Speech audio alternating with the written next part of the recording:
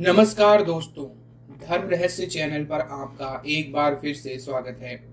आज लेंगे एक अनुभव को जिसमें साधक महोदय ने माँ काली और दुर्गा पुत्री का इनके जीवन से चले जाने से संबंधित अनुभव को पत्र के माध्यम से भेजा है।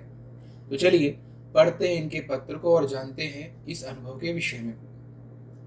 प्रणाम गुरुजी और धर्म रहस्य के सभी दर्शकों को मेरा प्रणाम। गुरुजी, मेरा पिछला पत्र पाताल भैरवी साधना एवं स्वप्न में गुरु सहित रति प्रिया यक्षिणी और भैरवी का दिखना, इस अनुभव को आपने प्रकाशित किया था, इसके लिए मैं आपका धन्यवाद करता हूँ। गुरुजी, अनुभव तो बहुत हुए हैं, लेकिन कुछ कारणों की वजह से मैं अभी उन अनुभवों को नहीं बता सकता। गुरुजी, मैं एक संकट में फंस गया हूँ। समझ में नहीं आ रहा है कि अब क्या करूं। अब आप ही संकट से मुझे निकाल सकते हैं। गुरुजी, अनुभव बताने से पूर्व मैं आपकी 2 मठ कथा के रहस्यों को उजागर करना चाहूंगा। पहला मठ कथा हेमा वज्रज्वाला और शर्मा मणिया, जिसमें आपने वज्रपीठ नाम के तांत्रिक और बेताल के संवादों का वर्णन किया था। गुरुजी, मैं यहाँ पर स्पष्ट रूप से यह बता देना चाहता हूँ कि हेमा वज्रज्वाला और शर्मा मणिया को प्राप्त करने वाला पुरुष का जन्म हो चुका है, लेकिन अगर आप मुझसे यह पूछेंगी कि उसका नाम क्या है तो मैं यह नहीं बता सकता, क्योंकि शक्ति ने जितना मुझे बताया है मैं उतना ही आपको बता सकता हूँ, उससे अधिक नहीं। इन सभी चीजों को जानने में मेरा कोई इंटरेस्ट नहीं है। दूसरी रहस्य यह कि मठ कथा से संबंधित है। आपने रतिप्रिया यक्षिणी और बगलामुखी मठ कथा में बताया था कि किस प्रकार रतिप्रिया अपने पति से अलग हो जाती है और सदैव के लिए वह यक्षलोक में निवास करने लग जाती है। तो गुरुजी, मैं आपको यह बता देना चाहता हूँ कि वह दोनों एक हो चुके हैं। मैं अभी यक्षलोक में उन दोनों को प्रसन्नता पूर्वक निवास कर रहे हैं। तीसरा रहस्य आपके गुरु मंत्र से होने वाली बात है, जो गुरु मंत्र प्रदान करते हैं। आपने यह नहीं बताया था कि आप किस मंत्र की दीक्षा सभी को प्रदान करते हैं, किंतु माता की सहायक शक्तियों ने मुझे यह स्पष्ट रूप से बता दिया है। जनमानस में प्रख्यात है और वह 9 अक्षरों वाला मंत्र है, किंतु आप यह भी सत्य कहे हैं कि साधक अपने गुरु मंत्र का 9 लाख जब पूर्ण कर लेता है तो उसके ऊपर किसी भी प्रकार की कोई तंत्र क्रिया कार्य नहीं कर सकती, क्योंकि जब मैंने शक्तियों से यह पूछा तो उन्होंने भी यही उत्तर दिया था। गुरुजी, अब मैं अनुभव पर आता हूँ। गुरुजी, जब मैं एक दिन अपने बिस्तर पर सो रहा था तब किसी शक्ति ने आकर मुझे दबा लिया, अर्थात मेरा पूरा बॉडी पैरालाइज्ड हो गया। तब मैंने माँ शमशान काली का आवाहन किया। तभी माँ क्रोध रूप में आई और उस शक्ति को उन्होंने भस्म कर दिया और फिर हंसने लगी। तब मैंने माँ से पूछा, आप कृपा कर मुझे कैसे हैं और बताइए, जबकि मैं भगवान शिव के मंत्र का जाप करता हूँ, उनकी ही भक्ति करता हूँ। मैंने आपकी भक्ति तो कभी की ही नहीं। लेकिन माँ केवल मुस्कुरा रही थी, किसी भी प्रश्न का उत्तर नहीं दे रही थी। कुछ समय बाद मुझे एक दृश्य दिखाई देता है। मैं स्वयं को शमशान भूमि में बैठा हुआ देखता हूँ। मैं किसी मंत्र का जाप कर रहा था, लेकिन वह मंत्र क्या था मुझे ज्ञात नहीं, क्योंकि मंत्र की ध्वनि सुनाई नहीं दे रही थी। तभी मैं देखता हूँ कि बहुत सारी प्रेत आत्माएं मेरे निकट आने लग जाती हैं। तभी वहां पर तीव्र प्रकाश होता है और माँ साक्षात प्रकट हो जाती है और कहती है, पुत्र नेत्र खोले, तुम्हारी तपस्या साधना सफल हुई। वह संपूर्ण दृश्य मेरी आंखों के सामने गायब हो चुका था और मैं पूर्ण रूप से जागृत अवस्था में आ गया था। लेकिन गुरुजी, आज मैं इसका भी अर्थ नहीं समझ पाया। जब मैंने शक्ति से पूछा तो उन्होंने बताया कि समय आने पर सब कुछ समझ जाएंगे। गुरुजी, तो इसी तरह कई दिन बीत जाते हैं और एक दिन माँ काली मुझे साधना करने के लिए आदेश देती हैं और भैया और माँ को मैंने इस संबंध में सब कुछ बता दिया था। लेकिन भैया बोले, इनकी साधना तो शमशान भूमि में होती है, तुम्हें यह साधना शमशान में करनी चाहिए। लेकिन माँ ने मुझे मना कर दिया। उन्होंने कहा कि अभी तुम्हारे पास कोई शक्ति नहीं है, ना ही तुमने गुरु मंत्र लिया है, फिर तुम्हारी रक्षा कौन करेगा। लेकिन भैया ने कहा, माँ आप इसे जाने के लिए आज्ञा दे दीजिए, इसे कुछ नहीं होगा। लेकिन माँ ने भैया की एक न सुनी। इस बीच जो हमारे घर में कुत्ता था उसके ऊपर तंत्र क्रिया कर दिया गया और दूसरे दिन ही इसकी मौत हो गई। मुझे इसके बारे में कुछ भी ज्ञात नहीं था। दूसरे दिन जब माँ काली का आवाहन हुआ तो माँ आई ही नहीं। मैं स्नान आदि से निवृत्त होकर ध्यान करने बैठा था, तभी मानस पटल पर स्वतः ही विचार आने लगा कि माँ काली मुझसे क्रोधित है और पिशाचिनी ने मेरे कुत्ते को मारा है। उसके बाद माँ ने नॉर्मल में माँ का जाप करने लगा। माँ मुझे अत्यंत क्रोध में दिखाई दी, वह भी प्रत्यक्ष, लेकिन कुछ सेकंड के लिए ही हुआ। पुनः मानस पटल पर स्वतः ही कोई कहने लगा कि आप जाकर सो जाइए। जब आप ऐसा करेंगे तब एक स्त्री आपके पास आएगी जो कि पिशाचिनी होगी। तब आप माँ काली का आवाहन कर दीजिएगा। इसके बाद माँ स्वयं ही उसे नष्ट कर देंगी। और ठीक मैंने ऐसा ही किया। मैं सोने के लिए चला गया, तभी मुझे एक लड़की दिखाई दी जो पहले मेरे क्लास में पढ़ती थी और वह मेरे समीप आने लगी, लेकिन उसे देखकर मैं समझ गया कि उसके अंदर काम वासना प्रत्यक्ष रूप से दिखाई दे रही थी। तब मैंने उससे कहा, यह खेल खेलना बंद करो और अपने वास्तविक रूप में आ जाओ। मुझे अब सब कुछ पता चल चुका है, तुम एक पिशाचिनी हो, इसलिए अपने वास्तविक स्वरूप में आ जाओ, अन्यथा परिणाम अच्छा नहीं होगा। तब उसने कहा, मेरा उद्देश्य पूर्ण हुआ, अगर अंत भी हुआ तो मुझे कोई भय नहीं, किंतु अब तुम्हारी शक्ति नष्ट होने वाली है। और फिर उसने एक भयानक स्त्री का रूप ले लिया। उसके मुख से रक्त बह रहा था, शरीर पूरी तरह से जला हुआ था। तभी मैंने माँ काली का आवाहन कर दिया। माँ अत्यंत क्रोध में आई, उन्होंने कहा, दंड सभी को मिलेगा, और उन्होंने अपने खड्ग से उस पिशाचिनी पर प्रहार कर दिया। फिर पिशाचिनी का अंत हुआ, लेकिन जो मेरे साथ हुआ मैंने कल्पना ही नहीं किया था। माँ ने मुझसे कहा, तुमने मेरे आदेश का पालन न करके मेरा अपमान किया, इसलिए आज से सदैव के लिए मैं तुम्हें छोड़कर जा रही हूँ और अपनी सहायिका शक्ति को भी तुमसे वापस लेती हूँ। किंतु एक बात सदैव के लिए स्मरण रखना, तुम्हें मेरी शरण में तो आना ही पड़ेगा। उसके बाद गुरुजी, जब मैंने माँ का आवाहन किया तो माँ आई ही नहीं, लेकिन बाद में मुझे ज्ञात हुआ कि यह सारा खेल उस तारा साधक का है जो माँ तारा की संपूर्ण सिद्धि प्राप्त कर चुका है। और अगर कोई 10 महाविद्या में से एक भी महाविद्या को पूर्ण रूप से सिद्ध कर ले तो उसके लिए कुछ भी असंभव नहीं रहता। यह आप भी अच्छी तरह जानते हैं। लेकिन गुरुजी, मैंने भी हार नहीं मानी और स्वयं को अग्नि की भांति तपाने लगा और माँ के प्रतिदिन नाम का जाप करने लगा। इसी तरह कई माह बीत गए। एक दिन भगवान शिव के मंत्र का जाप कर रहा था, तभी ध्यान में भगवान शिव और माँ पार्वती दिखाई दी।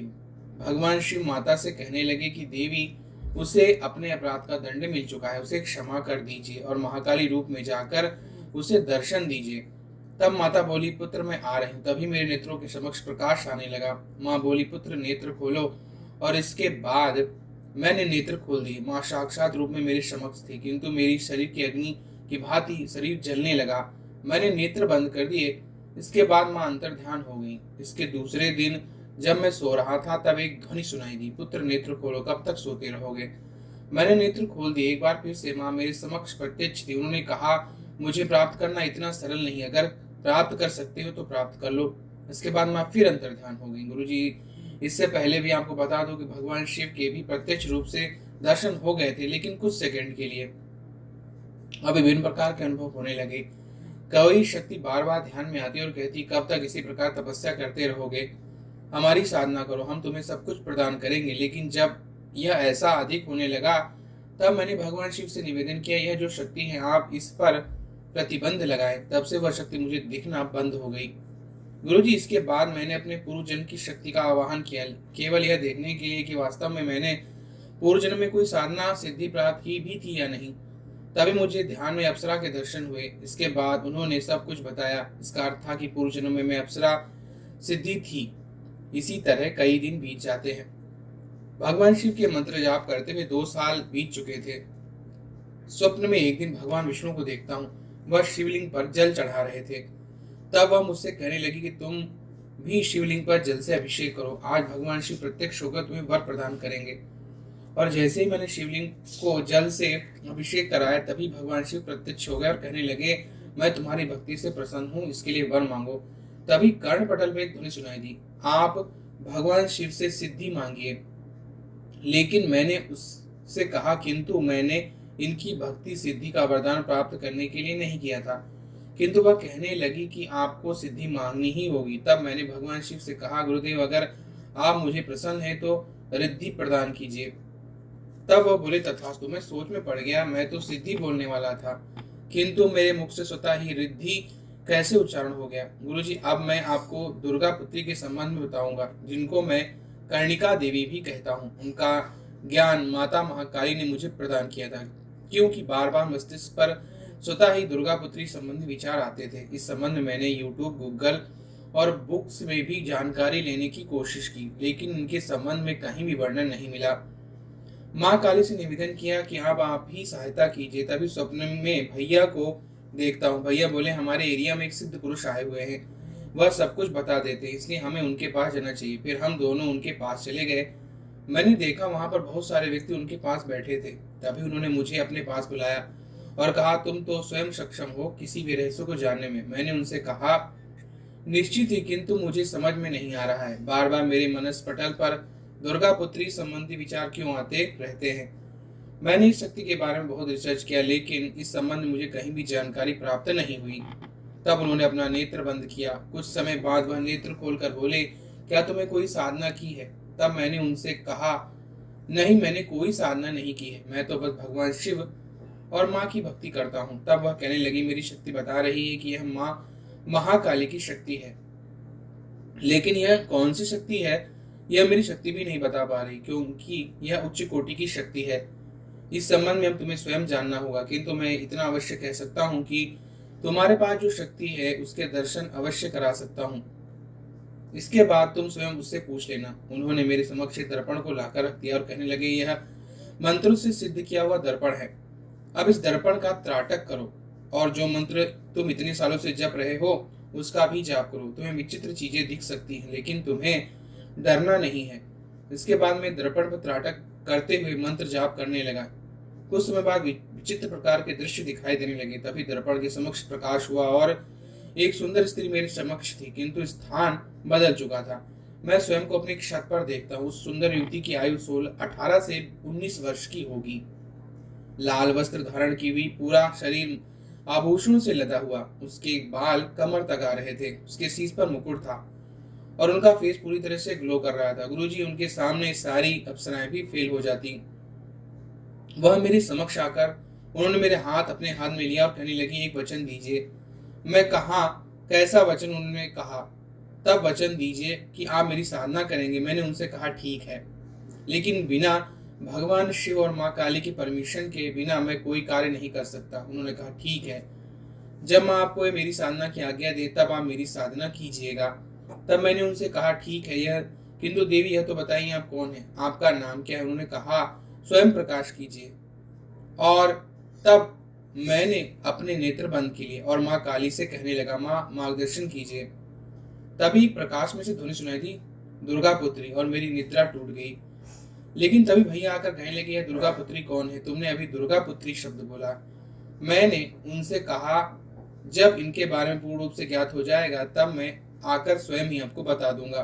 दूसरे दिन पुनः माँ काली का आवाहन किया कि अब आप ही रहस्य को उजागर कीजिए। उसी दिन स्वप्न में माँ काली आई और बोली, क्या हुआ पुत्र, किस हेतु तुमने मेरा आवाहन किया है। मैंने माँ से कहा, यह दुर्गा पुत्री कौन है, यह शक्ति वास्तव में मेरा केवल भ्रम है। तब देवी माँ बोली, तुम्हारी ही शक्ति है, जिन्हें तुम कर्णिका देवी कहते हो। क्या तुम इनके दर्शन करना चाहोगे। अगर मैंने कहा, हाँ, आप दर्शन करवा देती तो अच्छा होता। उसके बाद माँ ने उनका आवाहन किया और कहा, पुत्री प्रत्यक्ष हो जाओ। तभी प्रकाश हुआ। वही देवी जिसका मैंने वर्णन किया तो 25 रूप में प्रकट हो गई, किंतु इस बार उसके हाथ में त्रिशूल था और उन्होंने माता को दंडवत प्रणाम किया। वह माँ बोली, यही है दुर्गा पुत्री, इसका साधक अपराजय होता है। संपूर्ण ब्रह्मांड में इन्हें कोई पराजित नहीं कर सकता। स्वयं 10 महाविद्या और त्रिदेव भी नहीं, केवल एक ही शक्ति इन्हें पराजित कर सकती है, वह केवल देवी पराशक्ति है। इसलिए इनका साधक अपराजय होता है। और यह गुप्त ज्ञान प्रथम बार तुम्हारी माता महाकाली स्वयं तुम्हें बता रही है। इनकी साधना विधि मैं तुम्हें प्रदान करूंगी, किंतु इससे पूर्व तुम्हारी परीक्षा लूंगी। फिर मेरा स्वप्न टूट गया। गुरुजी, तो इस प्रकार से यह गुप्त रहस्य उजागर हुआ। गुरुजी, कई बार शक्तियों ने आकर मुझसे कहा कि आपसे गुरु दीक्षा ले लूं। गुरुजी, दीक्षा मैं आपसे ही लूंगा, यह मैं आपको वचन देता हूँ। गुरुजी, लेकिन पहले मुझे इस समस्या से बाहर निकालिए। गुरुजी, अब मेरे कुछ प्रश्न हैं। कृपया आप इनके उत्तर दीजिएगा। स्वयं को माँ काली की साधना करते देखना, इसका क्या अर्थ हो सकता है?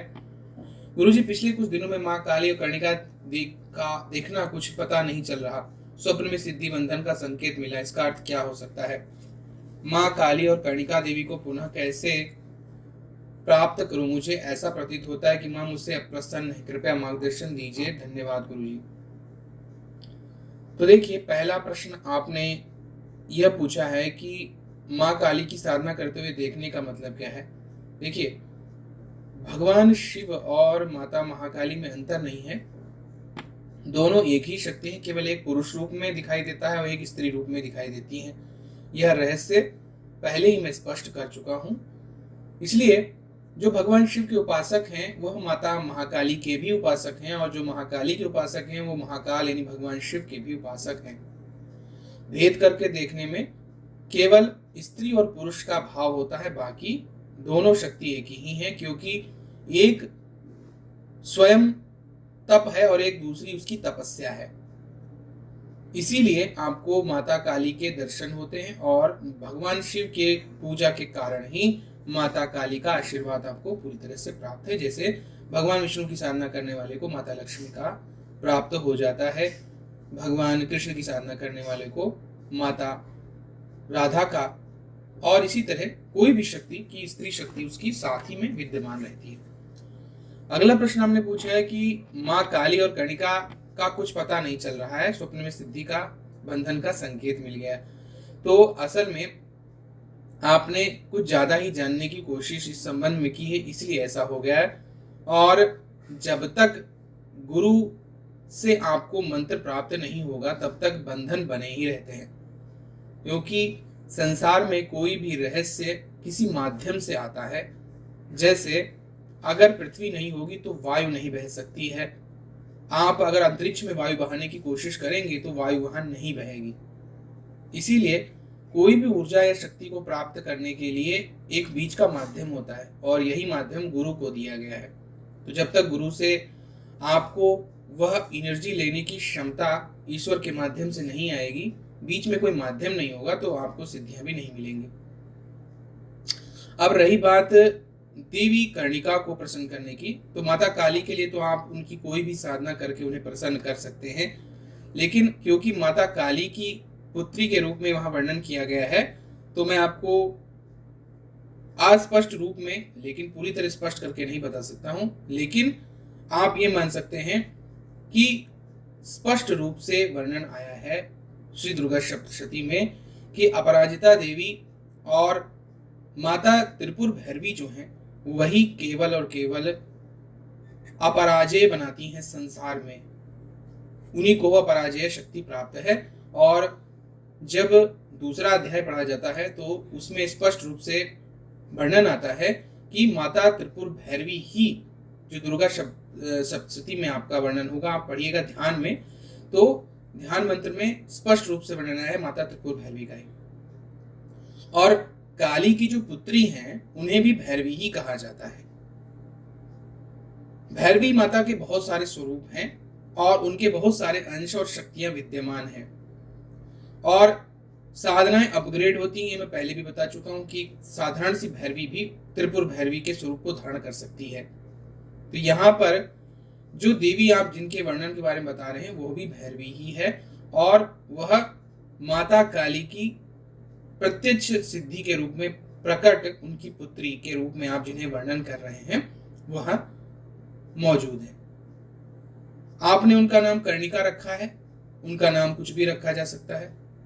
तो मैं बता रहा हूं कि ये भैरवी शक्ति जो तीनों पुर यानी त्रिपुर को जीतने की क्षमता रखती हैं और अपने साधक को अपराजय बना सकती हैं, केवल इनकी सिद्धि की जा सकती है। और यह इन्हें प्राप्त करने के लिए दो तरीके हैं, मैंने पहले भी बता चुका हूं, मैं पहले भी साधना इनकी दे चुका हूं, लेकिन किसी और रूप में, जिसका अपग्रेड शक्ति के रूप में जब पूरी तरह से ये आगे बढ़ जाती है तो वही बन जाती है। तो अगर आपको वो साधना करनी है तो उसको अपग्रेड करके यही पूर्ण शक्ति के रूप में ये वही शक्ति आपको प्राप्त हो जाएंगी। आपने इनका नाम कर्णिका रखा है, इसलिए आपको एक कानों के माध्यम से संकेत देंगी और आपको विशेष तरह के शब्द सुनाई पड़ सकते हैं। शक्ति एक ही है, लेकिन वह अलग अलग रूपों में दर्शन देती है और अलग अलग स्वरूपों में प्रकट होती है। संसार में कहा भी जाता है सर्व देवी मई जगत, अर्थात सारा जगत ही देवी माँ के स्वरूप से बना हुआ है। और इसीलिए सर्व स्वरूपे सर्वे से सर्व शक्ति समन्विते भय वेस्त्राहीनो देवी दुर्गे देवी नमोस्तुते। इसीलिए माँ दुर्गा के रूप में संसार की समस्त शक्तियां मिलकर एक हो जाती हैं और उनके ही अंश हैं विभिन्न प्रकार के सर्वम रूपम मयम देवी सर्वम देवी मयम जगत, अर्थात सारे जितने भी स्वरूप हैं वो माता के ही स्वरूप हैं और वही सब अलग अलग रूपों में प्रकट होकर के शक्तियों का प्रदर्शन करते हैं। तो आपकी दुर्गा पुत्री, क्योंकि माता काली के जो पुत्र हैं स्पष्ट रूप से सब जानते हैं क्या है, वो है भैरव जी। और उनकी जो पुत्री होगी वह कौन होगी स्पष्ट रूप से समझ सकते हैं, वो होगी भैरवी। इसलिए वह भैरवी ही शक्ति है, लेकिन अलग अलग स्वरूपों में साधना के हिसाब से माता की शक्तियां प्रकट होती हैं। आप समझ चुके होंगे कि मैं किस ओर संकेत कर रहा हूं। तो ये था इनका अनुभव। अगर आज का वीडियो आप लोगों को पसंद आया है तो लाइक करें, शेयर करें, सब्सक्राइब करें। आपका दिन मंगलमय हो। धन्यवाद।